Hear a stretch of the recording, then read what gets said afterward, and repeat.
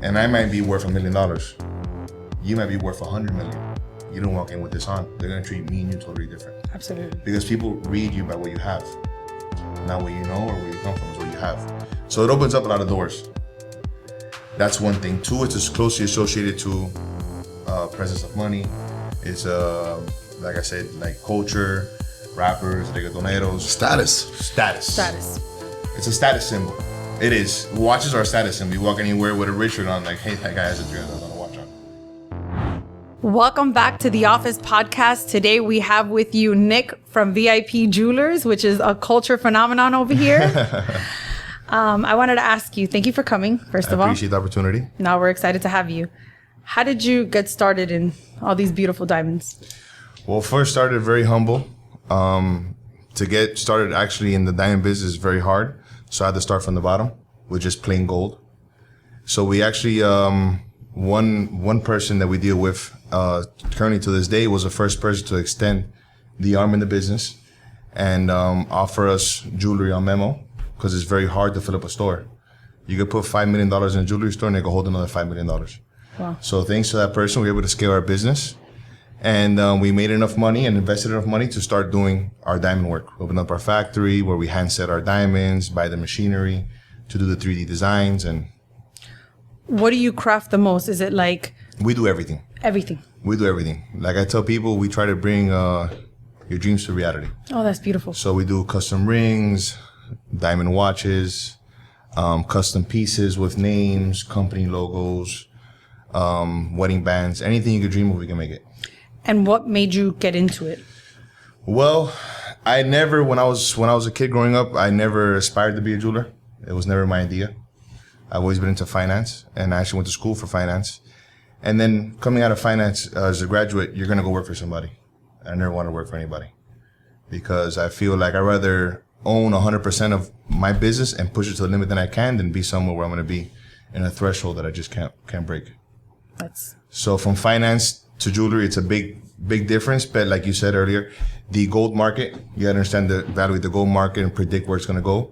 So you could buy kilos of gold before they actually go up, and then when they do go up, you can manufacture jewelry and make more of a profit. More of a profit. Did you dedicate to that? Like, is that one of your specialties, buying gold and kind of really? Yes. In my early beginnings, we would buy a lot of gold from actual pawn shops and jewelry stores. We would buy from the public. And we would make a 2 or 3% profit. But 2 or 3% doesn't sound like a lot if it's 100,000. But if you're buying $1 million a month, it's $30,000. Wow. Yeah. And it's that lucrative jewelry? Jewelry is very lucrative because it's a precious metal. Everything that's involved in here is precious. Diamonds are precious. Gold is precious. And as you know, gold is an international commodity, so it goes up and down like oil, gas. When did you know, like, that you started this? How long have you been doing it? 12 years. When did you know, like, I love what I do? Because you seem like you love what you do. Anything I do, I'm very passionate about. If I'm not passionate about it and it doesn't drive me, like my ambition, I'm not really monetary, like influenced. I have to like what I do. If I don't like what I'm doing, I don't care the amount of money. And jewelry has, like, when you first started, what was the hardest part? Getting in the door. What do you mean? Because I want to explain to you, being a Latin jeweler is very difficult. Very difficult. And it's actually become a lot easier now because you have social media, Instagram. Anybody will get this watch from my store, take a picture, post it, and they could broker it. Before, there was no social media. When I started 12 years ago, we had Facebook?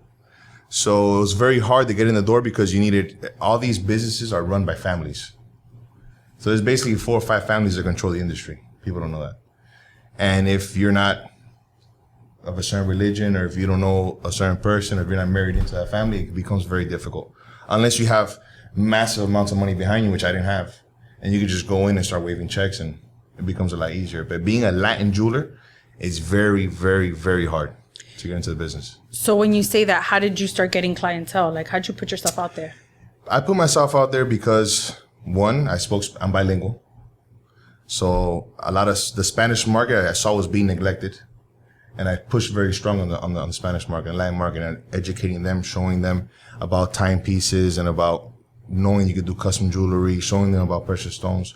It's always easier to sell to a consumer who understands the product. So you're more about educating your consumer. I educate my clients in person. I show them and I guide them where I would guide myself. And hopefully if I was consuming a product I didn't know about, somebody would guide me that way. I do business very transparent because I buy back from my clients. So in the future, I can't sell you something that costs $100,000. You come sell it to me, then it's worth 20. It's about repetitive business. All my clients been coming, I call them lifers. That's they come beautiful. because this business is very driven on trust. You have to trust me that what I'm selling you, it is what it is. Mm-hmm. You have to trust me. So that's why I tell everybody, just do good business and they're going to come. Always. So walk us through the beginning. So you're in finance. Yes, Miami-Dade College. So you start to graduate from there. You decide to go into the gold business. Yes. So walk us through that. How did we end up where we are today? Does anyone tell you don't do it? Like everybody in my family told me don't do it. Really? Yeah, everybody in my family told me don't do it. Because like I told you, everybody in my family is either lawyers or doctors. And now one of my cousins is studying to become an engineer. But everybody just very like book, graduate, become a lawyer, become a doctor, open your own practice, open your own law firm. And I was the first person like, hey, you know what? I'm like, how do I say this? My gift is negotiating. My gift is to sell. I noticed that at an early age. So we have to, like, some people aren't blessed to notice what they're good at early on. You have to capitalize on that. If you're good at something and you learn at an early age, capitalize on that. Some people find out what they're good at in their 30s and their 40s. Mm-hmm. Times change. Your mind's not as fast. Time's against you. Of course. So I realized what I was good at, and I wanted to go on my own, and I knew that whatever I put my heart to and my knowledge to, I would be able to grow it. What were the first 3 years like? Oh, tough, real tough. I didn't actually profit from my business till about 4 years later. Wow. 4 years. 4 years. I remember I was living in efficiency in a trailer park. Wow. So I'll never forget this. It was a trailer that was divided in three, and I had the back part of the trailer and air mattress. We couldn't afford a TV, laptop. And the reason why, because everything that I was making, I was reinvesting into my business. Right. Some people make $100,000 in the business and they go and blow it. Mm-hmm. You have to understand to control money, to control its true value. People think of money as like, oh, I'm going to go and buy material things. No, you invest as like a tool to open up new doors, new avenues. But you also have the finance background. So do you think that also played a role in you knowing I need to reinvest every dollar and I need to live in a trailer park and I need, right? No, I don't really need to live in a trailer park. It's just that's the cheapest rent I could find at that moment. But that's a sacrifice. It was $500. Yes, big sacrifice. Knowing that you're making all this money, you could go rent somewhere, do this, but then what is my inventory looking like? Remember, I have to stock inventory to sell. I don't sell a service. I sell a product. And the product I sell, like this watch is $200,000. These watches are $50,000. So the people that watch us, so they can see them. So these are two discontinued 41 millimeter. Right here. Presidentials. Right. As you see, one has a copper wave dial. They're both wave dials, discontinued, very special pieces. And then this is a Patek Philippe 5980. Another watch is discontinued. So you can't get an idea. It's gorgeous, yeah. So it's like, if you make this money, this is a Cartier Santos. We sell actually a lot of these. That's gorgeous. It's a very price point product that we have. So it's like, okay, like any business, if you don't have the inventory, you can't sell, you can't scale. So every dollar I was making, I was reinvesting. Because if you have the blessing to bring the client through the door, they want to see. I say in Spanish, la vista se fe. So they want to see what they're buying. Oh, no, stay here. I'll bring the watch. Oh, let me get this chain from here. No. You got to close them at the moment they're there. At the moment. Because a lot of people are impulse buyers. So did you have a mentor or an influence at the beginning that helped kind of get you The first person, and I want to say, that extended their hand in this business, his name is Yafa. He's an older guy, Jewish guy. He saw me. He saw the hustle and bustle, and he believed. We actually have two. I'm talking about the gold one early on, then I'm going to talk about the diamond one. Yeah, let's start with Yafa. We're with Yafa. He saw me, and I always saw he was very observative. So he was observing me. I'm coming, and he saw I'm coming every day. So I'd buy 5,000, sell 5,000, come back and say 5,000. Yo, why are you coming back and forth so much? Because I don't have the money to buy more. He's like, you know what? I respect the way you hustle, and I see like the eyes never lie, and I see that you're ambitious, you're hungry, and I'm gonna stand behind you. And he was the first person to extend. That's amazing. Yes, and I'm appreciative to this day. And anytime I go to the jewelry district, the first person I stop by to say hi to is him. So you were his client. I was his client. So you started as a client, and then he ended up being a mentor, partner. Of course, mentor, partner. He helped me out. Like we'll talk in the future about the real estate and all that. And then he was the first person. So I dedicated 12 out of the 12 years of my career as a jeweler. I dedicated about the first 6 to gold. So it'd be like Figaro chains, Hermes links, Cuban links. Then as the money grew, I opened up my own factory for Cuban links, and that was like my first boom. I became really famous with that. All our chains were stamped with a logo, which was VIP Jewelers. The quality was amazing. They were all handmade, and we were competitive with the pricing. And that was the first time we actually started seeing the money. We were doing about 60 to 70 kilos a month. So it's 100 something pounds. But at that time, what was in style was the 2-3 pound chains, the 500 gram bracelets. You saw it a lot.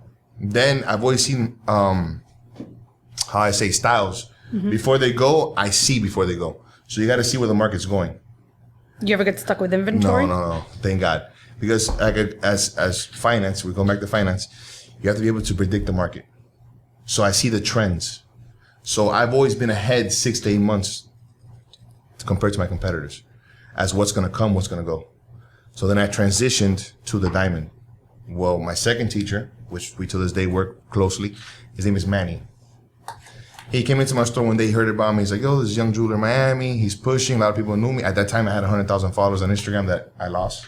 Got taken from me from Instagram. I had about 100,000 followers, and everybody was like, yo, this guy's going to be the next big thing. And he came to my store. He's like, look, why didn't you transition to diamonds? I'm like, oh, I don't know. He's like, listen, this is the future. You're too big for what you're selling now. And I'll never forget this. He left me $700,000 in diamond jewelry. And when he flew back to New York, his partner, which is a good friend of mine to this day, Yuri, he called me FaceTime. He's like, look, don't touch none of the merchandise that's there. I'm going to send him back to pick all that up because I don't even know who you are. And he's like, look, I always pick the right horse. And this guy's going to be big. And to this day, we've done millions of dollars in business. And then he showed me a lot. What do you think made him have that, like, faith in you? Judge of character.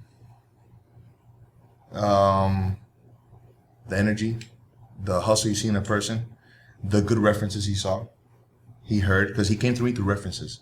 Like, hey, look, partner up with this kid. Older people that are on the way out of the industry, like, partner up with this kid. This guy's young and he's ambitious and he's going to be the next biggest thing in the jewelry business in Miami. That's amazing. So there's a culture when it comes down to jewelry? Yes. Tell us about that. Well, jewelry is something that's powerful and people don't understand the power that it has. People interpret you on your image. So right now I walk into a restaurant and I have this $100,000 chain on with this $200,000 watch on. And I might be worth $1 million. You might be worth $100 million. You don't walk in with this on. They're going to treat me and you totally different. Absolutely. Because people read you by what you have. Not what you know or where you come from, is what you have. So it opens up a lot of doors. That's one thing. 2, it's as closely associated to presence of money. It's, like I said, like culture, rappers, reggaetoneros. Status. It's a status symbol. It is. Watches are a status symbol. You walk anywhere with a Richard on, like, hey, that guy has a $300,000 watch on. So it opens up a lot of doors for future business and also holds value. Not only that, this watch was one time worth $70,000. During COVID, it went up to $250,000. People made money on things they bought. This watch used to trade for $27,000. Now it's $50,000. So the value is always there. It depends what you buy, at what time, and if you buy it right. Why do you only carry those certain watches? I carry watches, like I said again, what I believe in. Because I have to sell to my clients something that they're like a product where their money's safe. I can't sell you something now like people sold Hublots. Not to bash Hublot, but how many people you know bought $30,000 Hublots when they lost their contract in the Miami arena? It went down to 15, 10. How do I look as a jeweler? It looks like you sold me something that wasn't right. Of course, we all can't predict the market, but I only sell what I believe in and what I stand behind. Of course, you're always going to take a loss like in anything, but take 10, 20%, not 70%, 80%. What's been the hardest loss in jewelry that you've had? Hardest loss in jewelry I've had. I have to think. Nick don't take L's? No, you know me, I think very hard in everything I do. Biggest loss I've ever taken. Well, on a couple watches, I bought them in the high, and then the market started to adjust. I couldn't sell them as fast as I thought I was able to sell them. I lost maybe 5,000 on some, 7,000 on others. On my personal watches, I lost a lot. Because my personal watches, like... They're for you. They're for me, and I bought them years ago. So I bought them for 20,000. One watch went up to 130. I could have made 110. I paid 20 for it. I didn't sell it. Now they're selling for 70. But So I don't feel like I lost. You didn't lose. You didn't I don't feel lose. like I lost because I wouldn't have sold Still it there. anyways. But you consider it a loss because if I Right, have because you the didn't sell it opportunity at the top. to cash out That's on a something, I didn't finance take thing. it. Yeah, of course. Yeah, it's a finance thing. Yeah, it's a finance because anybody would take 50 above. They're like, Yeah, I'm it's good. I still still a make win. 50. But for you, you see the money that you didn't pull out and you think that it's a loss, but it was never really Of course. there, you know? It was never, I was never going to sell it anyways, but you consider maybe a loss of opportunity that I could have had to cash in. But a lot of watches I bought have been through milestones in my career. So like this watch, I bought it for my 33rd birthday. So everything I buy is just, it means something. So whenever I wear it, it remembers me. It reminds me of Something. Yeah, exactly. Is there any part that you look back and you're like, I wish I would have done XYZ different? XYZ different. No, No? at all. I feel like God took the wheel, guided me, opened up all the doors that the right ones, aligned me with the right people. And How important has that been for you in this business, relationships is everything. in any business? Well, a lot in this business because one of my mentors told me, when your face is clean and you do good business, everybody's inventory is your inventory. What does that mean? I could walk in now. Let's say these watches belong to you. Hey, let me get these 2 watches on memo. I might sell them. Take it. But I'm taking $100,000 worth. You see it as, anybody in the public sees it as 2 watches. But me, you know the true face value of it. So here, 100 here, 200 there. When you get blackballed, you can't take nothing. Nowhere. And some people won't even sell to you. This business is very crucial and information flows very fast. You could burn one person and everybody from here to New York to Los Angeles to Dubai found out about it. And nobody will do business with you, which I respect that. Right. I respect that a lot. And I think it's right because, it's you burning somebody is burning them, their family, their kids. I mean, you don't play with somebody else's money. So the second mentor, Manny. He's a character. I love him. So what did Manny do? Manny literally walked into my store, got 2 references. You already have the store. Yeah, I started off in this business with a store. You started with a store for the Yes. same one. Yes, the same one. I've remodeled twice. I've been in the same location 12 years. I never had to go nowhere. I'm next to the airport. A lot of clients come in and fly to see me. So that's the reason why I'm still there. I've tried buying the shopping center a couple times. The guys want to sell it to me. But I started off with a store. Other jewelers weren't blessed that way. They had to start with a book bag or a case. And no, I started off with a store. Because how far am I going to go with a book bag? Is my life going to be in danger? So it's like this business, you have to be very cautious on how you move, where you go, and how you do business. So Manny comes to the store and he does? I'll never forget, he walks in. A friend of mine calls me. He said, look, I'm going to send you somebody over there. I'm heavy in the watch business. I'm not heavy in the diamond business. You're heavy in the jewelry business. I'm going to send them over there. He's asked me about you. I gave him a reference and he wants to meet you. He came in. He'll have all this gold on the wall. I'll never forget it. Had a bunch of 1,000-gram chains. I'm thinking I'm big and tough. I got 100 pounds of gold on the wall. He walks in and says, hey, look, this is not the future.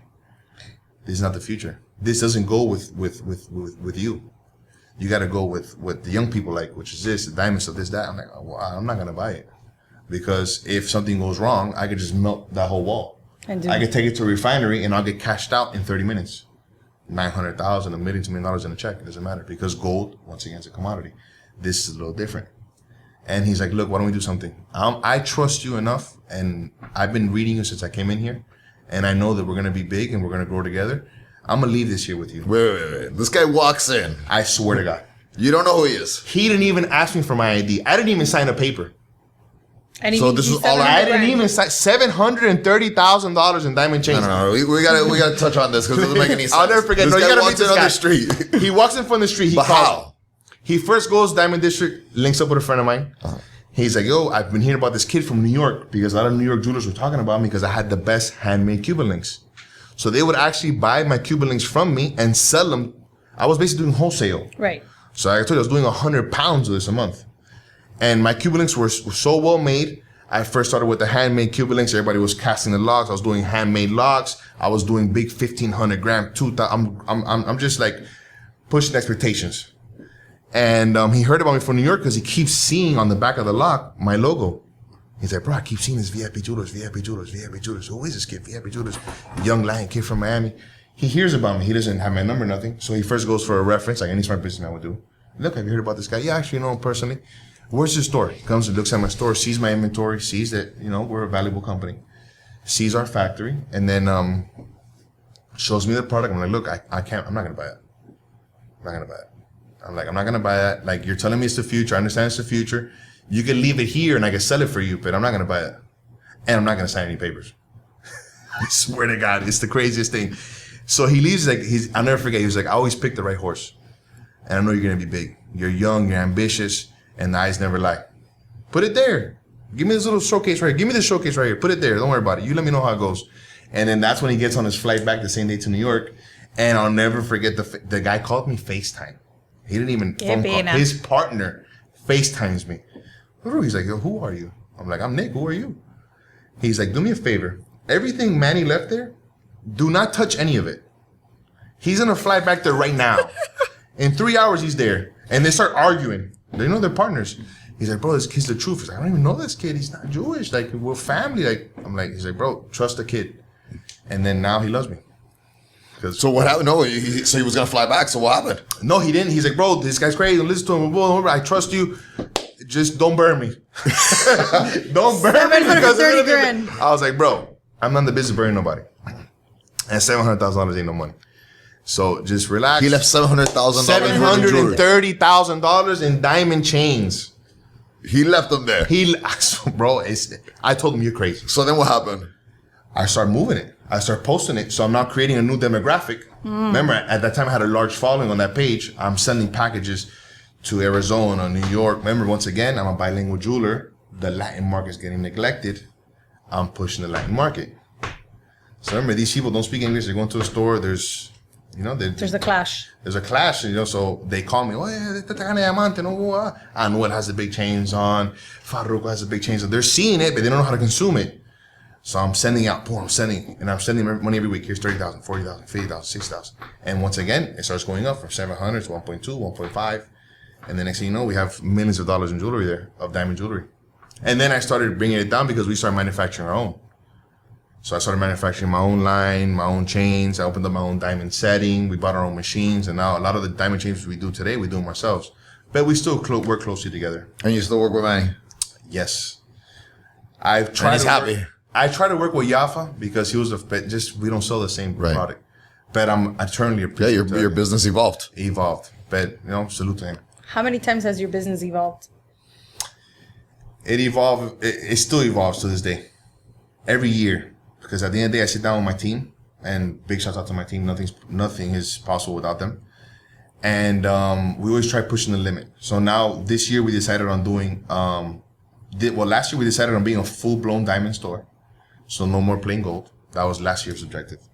This year's objective has been pushing the limit on custom pieces, creating more custom jewelry. And then that's what we're doing this year. So we're coming up with custom pendants, custom names, custom rings.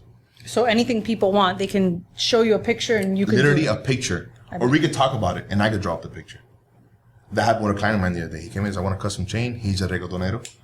And we drew up a chain there. I sat down with my creative team, Maddie. He got on that and we drew it up. And we gave him the idea. He's like, I came in with something in mind and I like a lot more with what you guys just presented me. And we went along with that. And now we're doing him a custom chain. So now the business evolves, and I wanted to touch base on something before we go back to the recap. You said now you're in real estate. So how did you go from jewelry to real estate? Well, okay. Real estate has always been a passion of mine.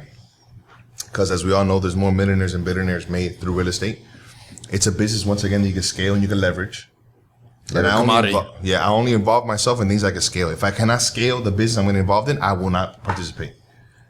So it's a very scalable business. There's very easy ins and outs. This year, actually, I partnered up with Salvat and Fat Investments. We own an acquisitions company. We buy this distressed property that cannot be financed. And we come in cash. We get people, your headache becomes our headache. Probate properties. And we buy them, flip them, remodel them, extend them. And I also have a luxury Airbnb home that I own with another partner of mine. And so I kind of diversify everything. What made you get into real estate? You wanted to kind of diversify yourself? Yes, because real estate doesn't take your time. Like my last deal, we bought and sold. We rehabbed the property and sold it in 45 days. When I sat down and saw how many hours I actually dedicated to that flip, maybe 10 hours of actual, how much time did they dedicate to it? Remember, I'm not doing the work. Right. I hire the best people to do what they do. So I hire a contractor, I hire a roofer, I hire you, give me a quote, I pay you. Realtor, sell it. Here, buy it. Why would You're somebody delegating? Why would somebody use you? What is it that you do? What service do you provide to somebody who's in that situation? A very important service, because some of these houses have demolition orders. So the house is going to get torn down by the city. And you have a time before that happens. Some houses have liens, tax liens. Some people have IRS liens. Some people are getting divorced. And before it goes to probate court, they don't want to list it on the MLS. It might take too long to sell. So they sell it to us. And another thing, we come in cash. Very important. Not cash as in saying the paper, but cash is that you don't have to, it's not finance. So it's an easy closing. People don't understand. Sometimes when you go sell a house, it can be very difficult. Because lenders, you might want to buy the house. Me and you agree on a price. You have the 20% down, but the other 80% is coming from a bank. Now the bank is like, hey, hold on. What year is this house? What year is the plumbing? How's the roof? Did it pass inspection? Where's the appraisal? And all these things could slow up the process, or actually, you can't. Some banks want to Kill the deal. Kill the deal. So some people have been under contract for 90 days. Wow. This actually happened to another house we bought recently. And what I like about every deal is different. People like, oh, buying a house. No, every house is different. Like some houses, we just bought one in Little Gables. We already bought the house. And now when the lien search came back, we originally ran original lien search and it didn't come out, but the house has a demolition order.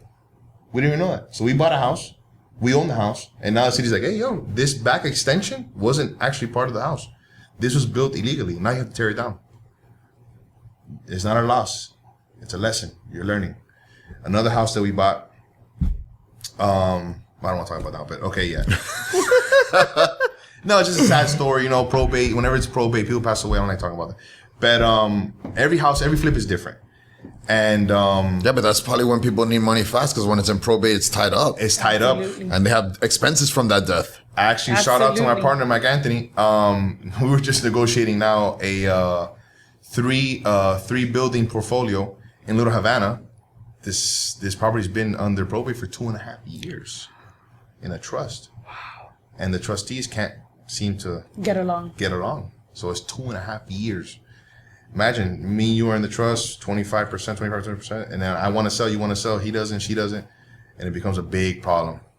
And of course, that's where we come in and we say, your problem becomes our problem. Just get away with it, get your money, enjoy life, and we'll take care of everything. And is that where you feel that you're good at negotiations? Yes. I love Bit pre-workout. Doesn't give me the jitters, gets me going for my workout, and keeps me going all the way to the end. I definitely recommend it. Reach for Bip. So you took that person's, the 25% of the person that wanted to get out, you step in there? We either own the whole deal or no. We don't nothing. partner up with people or not. If So say, hey, we're going to cash everybody out here. No. We're going to cash everybody out. Either we own the whole property or we're not. We don't partner up. We don't partner up because sometimes people's business agreements change like the seasons. Mm-hmm. It's summer, you love me. It's fall, you hate me. Yeah. And I can't do that with that amount of money. It's a $3.5 million deal. Right. So, but every deal is different and it's nice. I like it. I want to touch base on some of the foundations of what you've said that's helped you from what I've gathered. I noticed that you said that reputation and work ethic were probably like the two main qualities that you had. How important would that be for somebody who's a young entrepreneur who's coming up in any business? Mm-hmm. To touch base, for the first 5 years of my career, I worked 7 days a week. I only took off the 31st and the 1st. Shouts out to my baby mama for keeping it 100.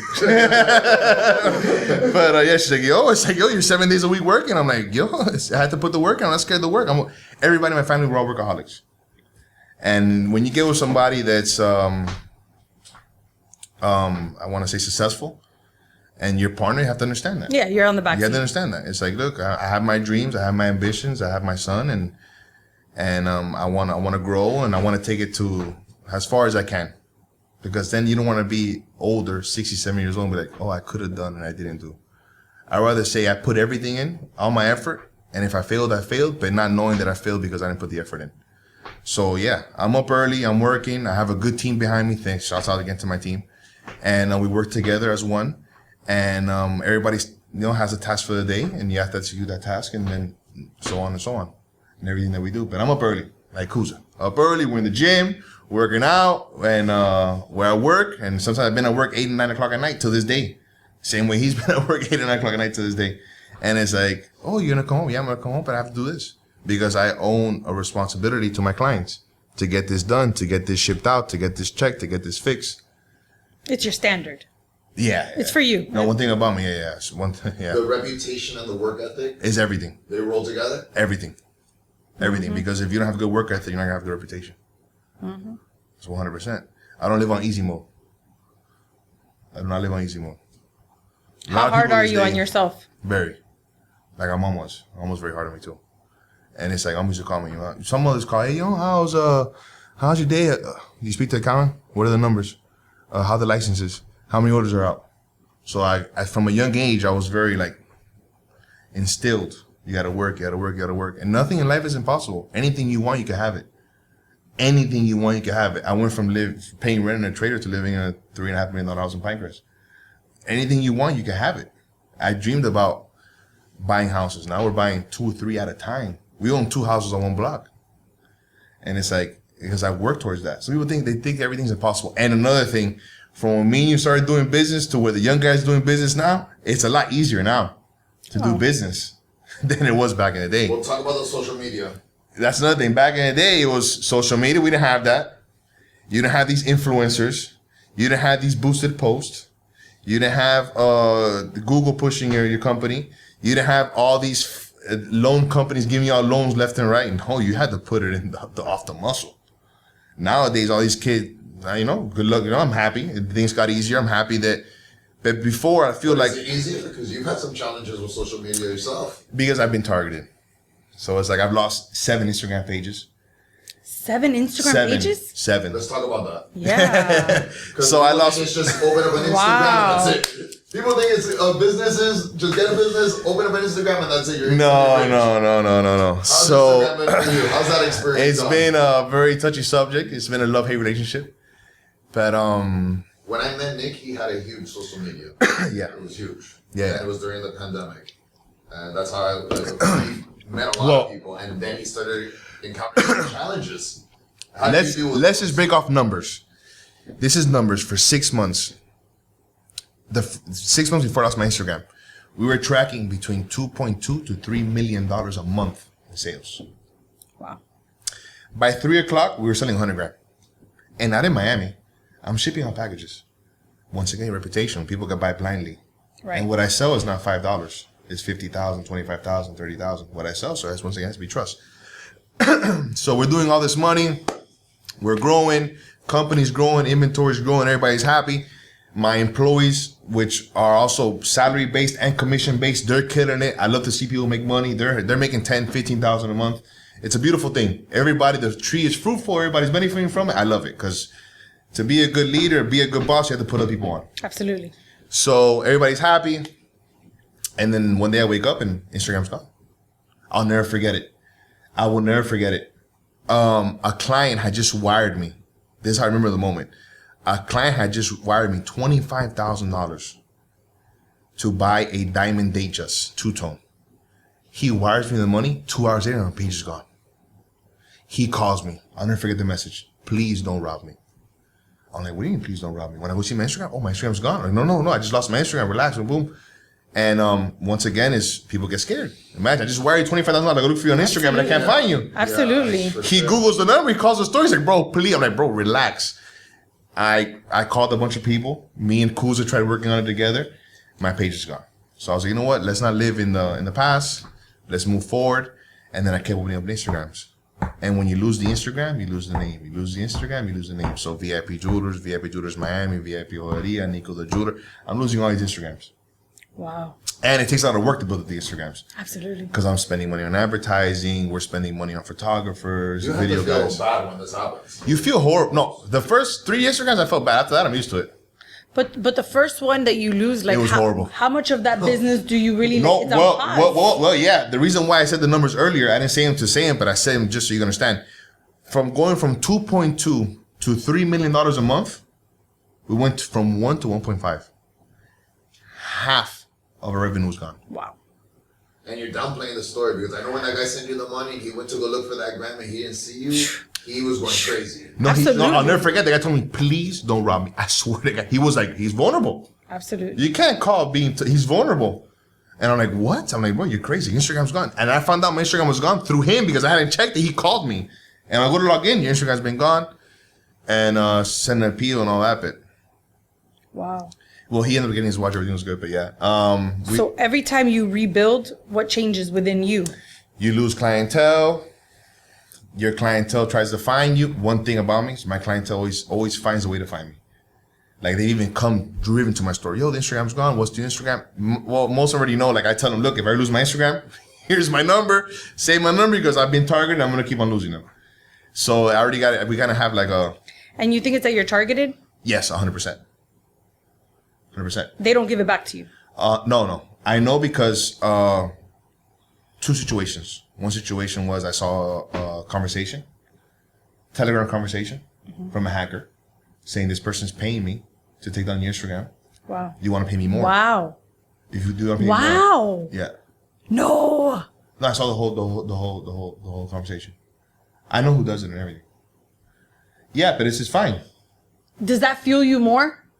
It makes you go harder. It does. Yeah, it makes That you hater. Yeah, of course. No, but if nobody's hating on you, you're not doing nothing right. Absolutely. I love the haters. They push me. Protection for something like this? No, but it doesn't exist. It's a hacker. Actually, a good friend of mine today, Danny, we're talking on the phone. He's a very influential timepiece.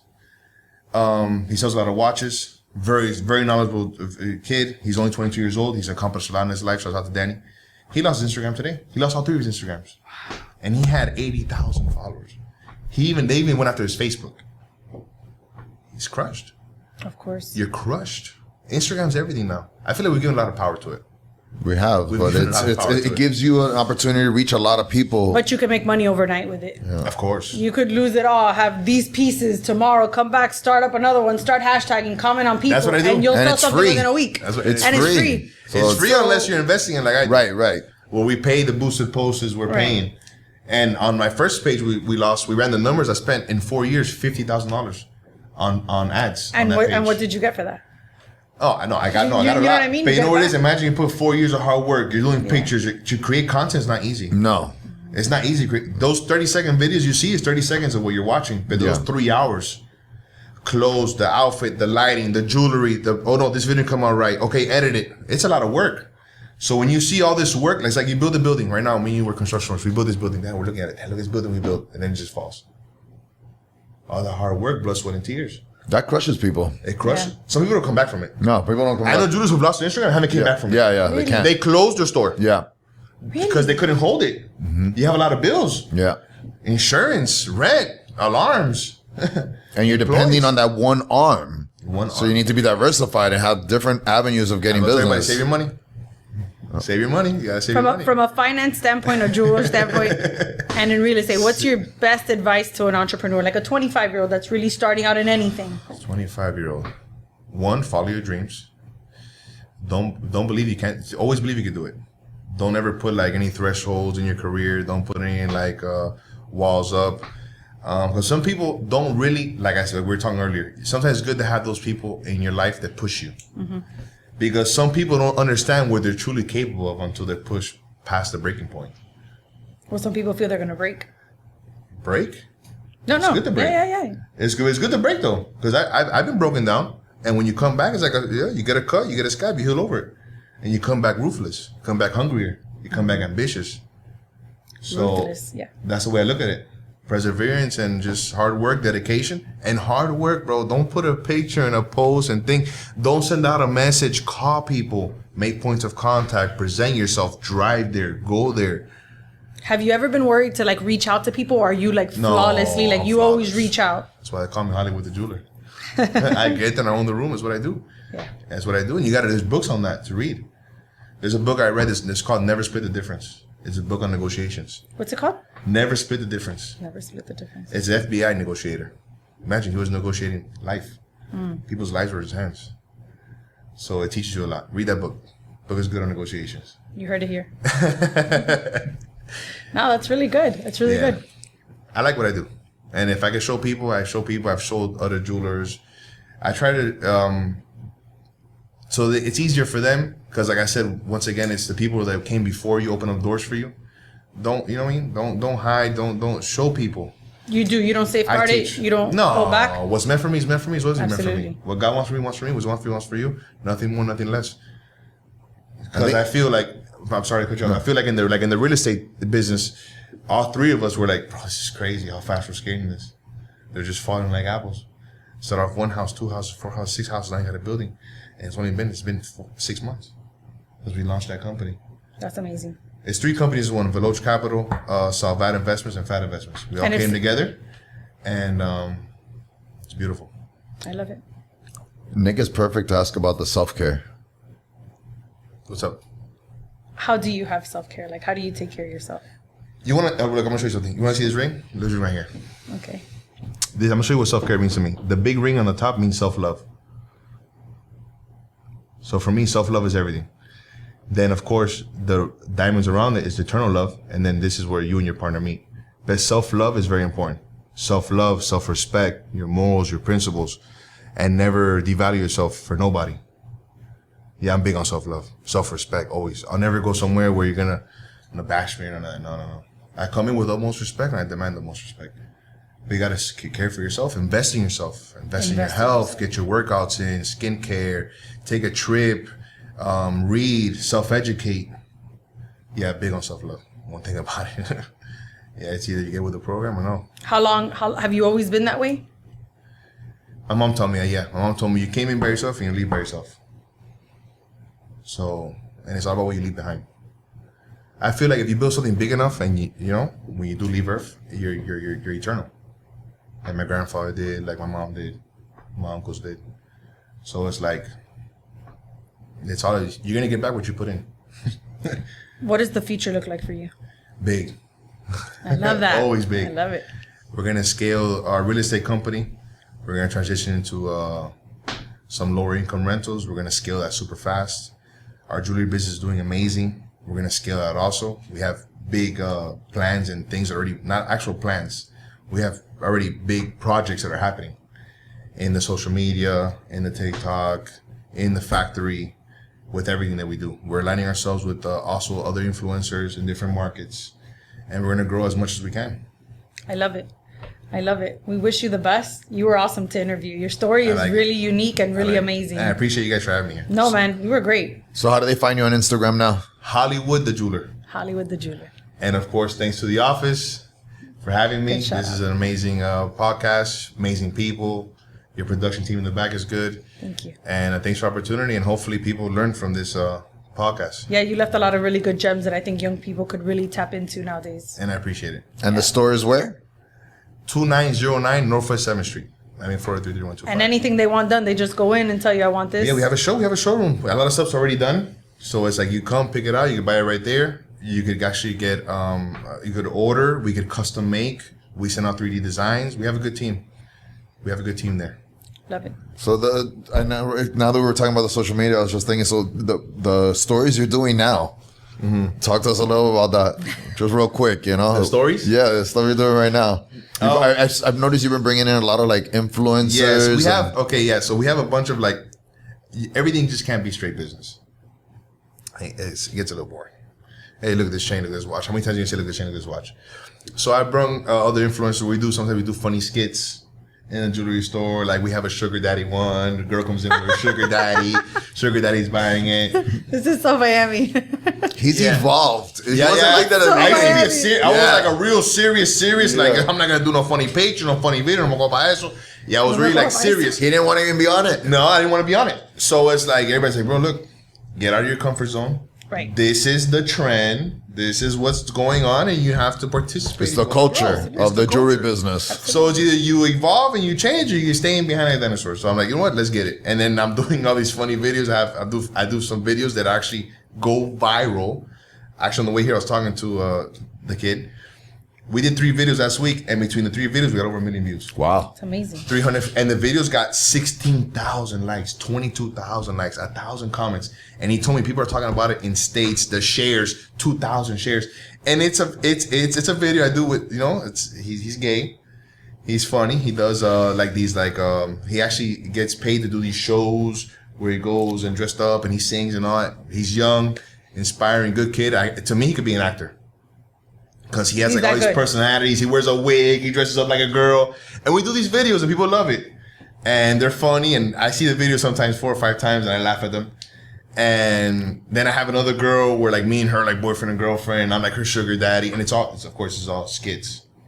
But it's like different, you know what I mean? And different people like it and have to consume it. You have to make the videos and content that people want to see. For the product you have. So you try different lines and you're like, okay, this one worked. This will work, this is what we're going to do. And push that. And that's what we do. We push it. And people love it. And some go viral. Some go millions of views. Like this girl came to the store, put a chain around her belly button dance. It got 7 million views. Yeah, that's gold right there. 7 million views. Oh, that's a lot of views. So I had one video of mine setting diamonds in the factory. Got 16 million views. Wow. And when they have that many views, what happens? You get a lot of following from that? Or The phone doesn't stop. The phone doesn't stop. I swear to God. The phone in the store is like, you can't let it go. Because as soon as you hang up, it's already beat. Before you hang up, it's like, don't hang up, just get the other call. And people are calling. Because they're seeing, they're looking, they want to see. Oh, look, I wanted somewhere to buy it. I don't know where to buy it. Oh, I see like the work you guys do. And, yeah. So you're the king of social media for jewelry. I wouldn't say I'm the king. But I wouldn't say I'm the king because I say in Miami, I'm probably the top 3 or 5 in Miami. I'm also, I want to say, the youngest jeweler in the business. That's not second generational jeweler. I'm the first. So it's Congratulations no on mommy, that. papi, no grandpappy. That's huge. I'm the first guy with a store. So when you go see all these jewelers, yeah, you inherited your dad's store, your grandfather's store. I'm the first jeweler that I know of. If anybody else, let me know. Latin jeweler with a store, first generation. Yeah. And I take pride in that. You should. Yeah. You should. That's legendary status. That's it really is. good. It is. A lot of people, and people have told me, other jewelers told me, yo, you've influenced my career because I've watched you before I was a jeweler, and you influenced me. Like, oh, hey, look, if he could do it, I could do it. Especially for a lot of Latin jewelers, they told me, they sat down on my couch and told me inside my store, in the lobby. Hey, That's bro, you know what? I've been watching your videos from like 4 or 5 years ago, and you influenced me to become a jeweler, and that's I'm happy for that. Because that means that what you're doing is powerful. What you're doing is motivational. What you're doing is creating opportunity for other people. And it's, remember, it's like I said, it's not about being a boss. It's not about what you have or what you own. It's about who you put on, whose lives did you change, who you influence, what have you changed in the culture. People think being a boss, oh, I have this, I have that. Say that again. Say that part again. That is what a boss is. No. Say what it really means to be a boss now. For me, it's about whose lives did you change? Who did you create an opportunity for? Who are people you've influenced for? Who are people that you still create game-changing life events where it's like, oh, hey, if it wasn't for you, this wouldn't have happened. But how hard is that to do? It's hard. It's hard because when you're a genuine person, it's easy. But you have to deal with different personalities, and you know that you're at a different level than them. You got to bring them almost to your level. You know what? I've always, and people respect me for this. I've always been friends for you for who you are, not what you have. No. I mean, like when you're teaching somebody. But right? of course, there's some people that come, and a person of my status wouldn't. I have to sit down and dedicate you time to teach you. Yeah. That's my time. I could be with my son. I could be with my girlfriend. I could be growing my business. Time is worth more than money. Yeah. And I'm giving you my time. I'm giving you my knowledge. That doesn't have a price. That does not have a price. Knowledge and information leads. Money follows. You can have the most money in the world. If you don't have information or knowledge about something that can help you scale, you're going to stay where you have. $1 million is going to be $1 million today. Tomorrow, you save about $1 million.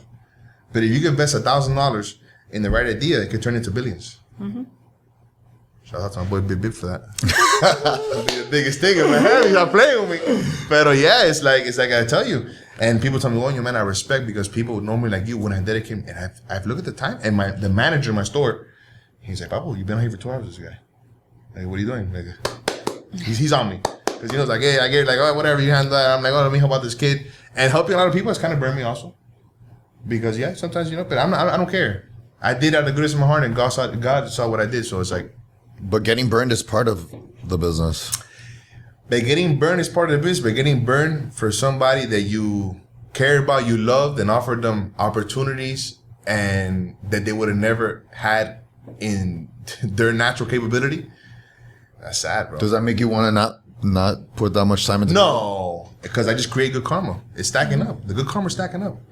There's the bad karma stacks up, and the good karma stacks up too. And then when you're like, yo, how do we get this deal? We just saw how we just sold this, made 20,000, 30,000.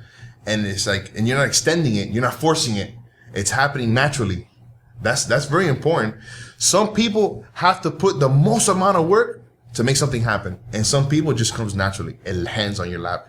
And sometimes the best deals I've had in my life where I've made a lot of money have just landed on my lap. I didn't have to overextend, overexert anything. No, it's there. The good karma stacking up. The good karma stacks up.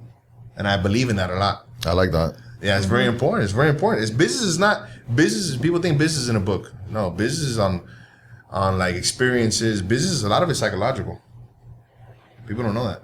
Whenever we go to negotiate, we sit. 2 things happen when you have a conversation. People don't know this. The person who talks the most leaves the conversation feeling like accomplished. And the person who speaks the less leaves with the most amount of information. Information is valuable. Information is worth more than money. Like I'm telling people that. And I got a lot of information there. and it's just like I tell people. Some people are going to be impulse buyers. You have to read the room, read the buyer, read the negotiation. Some people are emotionally driven. Some people are impulse driven. Some people are driven by money. So of course, whenever you negotiate, those are never split the difference. Read the book. It's good. And you start to learn these things. It's all psychological. It is. And people just gotta like you, man. People gotta like you. People gotta trust you. People have to know that what you're doing is right. And of course, always do the right thing. And it's gonna come in any business. But like I tell everybody, only if you can dedicate your time to business, you can scale. If you can't scale it, don't get involved. Because of course, concentration makes you rich, but diversification creates wealth. You have to do something and be great at it to create your first amount of money, but after that, you start diversifying it.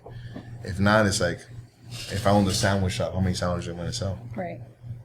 But if I get enough money and I could build up a franchise for the sandwich shop, then I own 10 sandwich shops, and now I'm making money while I sleep. That's where the concentration, diversification happens. People got to understand that finance thing again. It's finance. A lot of, I'm sure your success comes from the finance background. There's actually a lot of jewelers that were accountants. There's jewelers that were lawyers. There's jewelers that were finance. There's jewelers that, everybody has a background in something. And I doubt it's just finance for you. Was there anything else that you did that any other past experiences from maybe when you were younger that contributed to that? Yeah, what was your first job? Oh, I had a couple jobs. I worked for Miami Herald, throwing the paper. I did that. So your delivery? Yeah, delivering paper. Then I'll never forget. Do you remember the purple car wash? Would you do deliveries now? Yeah. Right? So that helps, right? We do deliveries. They will go to you. VIP jeweler will come to you. We will. You don't even have to leave your suite, your hotel. We will go to you. Easy for you. Easy. And then you remember the purple car wash on US 1? Mm-hmm. Remember that car wash? Yeah. I worked there washing cars. My job was before the car wash was going to the terminal, I had to spray the acid on the rims to take out the dirt. Which is why the jewelry's so clean. The jewelry's clean. Yeah, I did that. And those are the 2 jobs that I had. And then I was like, I'm going to go to school. And then I went to my store. I got blessed. A family member lent me a little bit of money to start the store. And from there, we just blew up. Beautiful story. I used to wash cars and throw the paper. People don't understand that those little jobs, they're amazing. They build character. They're amazing. They are amazing because they help build character. They make you responsible monetarily, because when it comes so fast and you don't have to work for it, it goes fast. Mm-hmm. If you have good guidance with you, then of course hey, look, you made 100,000. You can spend 50. Let's put these 50 over here. But when you work for it, you struggle for it, and it takes a lot of work, you respect and appreciate it more. Not saying, hey, whoever's a trust fund, baby, shouts out to you, my brother. I love it. Live life and do what you do. But not everybody is. Not everybody is, And then some people are. I know people who inherited 100 grand and turned that 100 grand into 10 million. Yeah. I know people who inherited 100,000 and died of overdose. It's crazy. Yeah. So it's like, it could be a virtue, and it could be a blessing, and also be, it's not, you know what I mean? Yeah. Some people don't have it's money is something, whenever you run into an actual substantial amount of money, you don't understand the power it has. People don't understand that. Because people automatically align money with purchasing power. Right. Oh, I'm going to go buy this car, I'm going to go buy this watch. No, money does a lot of things. People don't know. Money could secure the future of your family. It grows. You could lose it. You could change people's lives. You could donate. Like I've donated to small baseball teams, all their jerseys. You could do a lot of things with it. And people don't understand the power that it has. It has power, man. Money has power and it runs the world. You just got to know how to control it. And never use your blessings to how would I say, humillar a una persona? Like make somebody, mistreat somebody, Look down on them. Look down on them. Like that's one thing I'm not with. I'm not with that. Like I'll sit down and have a conversation with you in the corner with a bottle of water. And that's what people like about me, because I'm genuine. Like I like you for you. I'm not gonna be with you because I don't care what you could do for me. I know what I could do for myself. Mm-hmm. I know the power I have. Those are all genuine relationships that I built, and I'm based on that. I respect everybody, from the small guy to the big guy. It's all about respect, because I have had clients of mine. They've come in and bought a $500 ring, and 5 years later they're buying $50,000 watches. Mm-hmm. If that guy would have come in for a $500 ring, I would just treat him like, it's not worth my time. Sit there, show this guy all these rings. Customer service. And that's another thing. Any business you do, customer service is very important. And that's why I say you got to create lifers. They're gonna be their life, the rest of their life. Whenever you think about Julie, they're gonna go to you. Whenever you think about energy, they're gonna go to Kuza, like that. That's that I'm based on that. And I told all my employees that, create lifers, bro. It's not about doing business one time. You made $100 today, you lost $50 today, but in the future you can make more. And open up avenues for you. Like this jewelry business opened up a lot of avenues for me. For a lot of other businesses that I participated in, or that I own percentages of, or it's like that. Well, Nick, your reputation precedes you, so Thank you, my brother. I appreciate you. Thank you so much for coming. Yeah, you were great. Nicole appreciates you coming. Thank you very much. I appreciate everybody here. She's old school. She used to just whipping people to shape, But so it's good that you're able to explain about helping bring people along. She's just cracking the whip on them. No, I love, bro, but that's good. That's important. It's not about the questions you want to hear. It's about the questions that people want to know. Yeah, and it's good. People want to know, and they want to. I feel that this generation is losing. The guys like Kuza, losing the mentality. They lose it. Jason goes to the gym every day. Jason's direct, is super on it. Me and Kuza are the same way. Guys, I run it with a whip. The same way you run it with a whip. But you have to, because the thing is that I see is that it's so important for men to be educated, because who really leads men? So I look at it like, you want that. You want people Remember to this have always. Trying is for amateurs. Professionals get it done. Mm-hmm. Trying is for amateurs. Mm. If you assign me a task, I'm gonna get that done. The same way I tell my employees, I'm assigning you this task, I'm gonna get it done. And let's get it done because it's for the benefit of all of us. Old school. Yeah. Old school. Yeah. No, I don't do the pity. I don't do the love. None of that. When my mom passed away, a week later I was back at work. You were working while you were away. I was working while I was away, and I'm there. It doesn't matter. Like, oh, Nick, I can't believe it. The manager told me, after all the losses you've had, I've had a lot of family losses. And everything you've been through, bro, I don't know how you're not an alcoholic. You're not you're just, I don't know how you don't have, focus. I'm like, bro, it's like. Dedication. You got focus. No, it's not about, it's like, this is going to happen. It's going to happen. And I'm going to make sure it happens. And a lot of people I know people that just don't come back from it. And that comes once again from the way my mom was with me when I was young. Like, hey, get up and get to it. There's no self-pity. There's no, none of that. Get it done. And you're going to get it done. Get it done, everybody. That's how we're going to close up the show. It was awesome. You were Just awesome. get it done. It was awesome. All right. Thank you, guys. Thank you, guys.